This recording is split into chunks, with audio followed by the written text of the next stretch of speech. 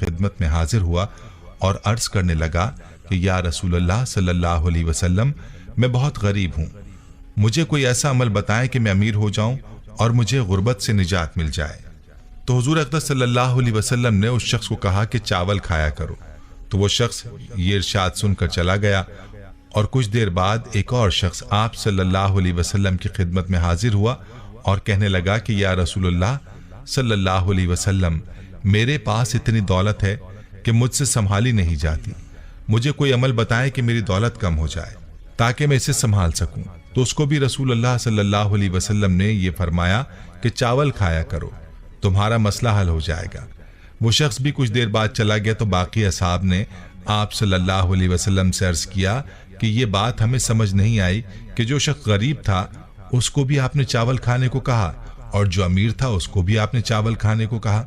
तो हुजूर अक़दस सल्लल्लाहु अलैहि वसल्लम ने फरमाया, याद रखो जब इंसान चावल बनाता है तो उसके खाने में चावल का एक दाना ऐसा होता है जो कि अल्लाह की रहमत और बरकत वाला होता है।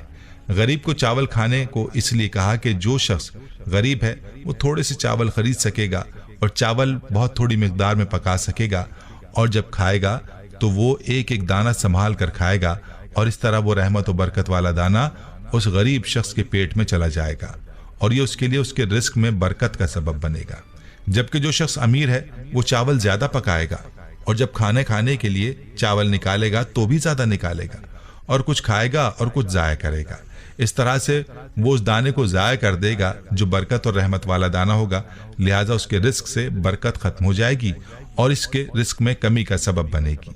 इस वाक़े का ताल्लुक बराह रास्त अल्लाह के इरशाद की तरफ है, जैसा कि अल्लाह रब्बुल इज़्ज़त फरमाता है कि जब तुम अल्लाह का शुक्र अदा करोगे तो अल्लाह तुम्हारी इस नेमत में इजाफा फरमा देगा। और रिस्क की नाकदरी का क्या नुकसान है,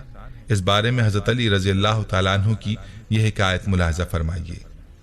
हज़रत अली रज़ी अल्लाह तआला अन्हु लोगों को दर्स इखलाक दे रहे थे कि किसी ने पूछा, ऐ अमीरुल मोमिनीन, जिंदगी में अजाब और परेशानी आने की सबसे बड़ी वजह क्या है? बस जैसे ही ये पूछा गया तो हज़रत अली रज़ी अल्लाह अन्हु ने फरमाया, ऐ बंदा खुदा, अचानक से अजाब आने की सबसे बड़ी वजह अल्लाह के रिस्क की बद्दुआ है। तो वो शख्स पूछने लगा, या अली, रिस्क की बद्दुआ वो कैसे? तो हज़रत अली रज़ी अल्लाह ताला अन्हु ने फरमाया कि इंसान जब बचे हुए खाने को ज़मीन पर फेंक देता है और वो बचा हुआ रिस्क ज़मीन पर कुचला जाता है तो उस वक्त वो फरियाद करता है कि ऐ अल्लाह, तूने मुझे इंसान के लिए खल्क तो किया है, लेकिन इंसान मेरी कदर से नावाकिफ होकर मुझे कुचलते हुए जा रहे हैं। याद रहे कि जब भी खाना खाओ तो दस्तरखान पर बची हुई रोटी को खा लेना और उतना ही खाना खाया करो जिसको आखिर तक खा सको, क्योंकि मैंने अल्लाह के रसूल सल्लल्लाहु अलैहि वसल्लम से सुना है कि जब दस्तरखान पर गिरी हुई रोटी इंसान खाता है तो वो इंसान के लिए शिफा बन जाती है। अगर रास्ते पर चलते ये देखो कि जमीन पर रोटी पड़ी है और वो कुचली जा रही है तो अल्लाह का नाम लेकर उसको उठाकर किसी ऐसी जगह रख दो जहां वो पैरों में ना कुचली जाए और अल्लाह की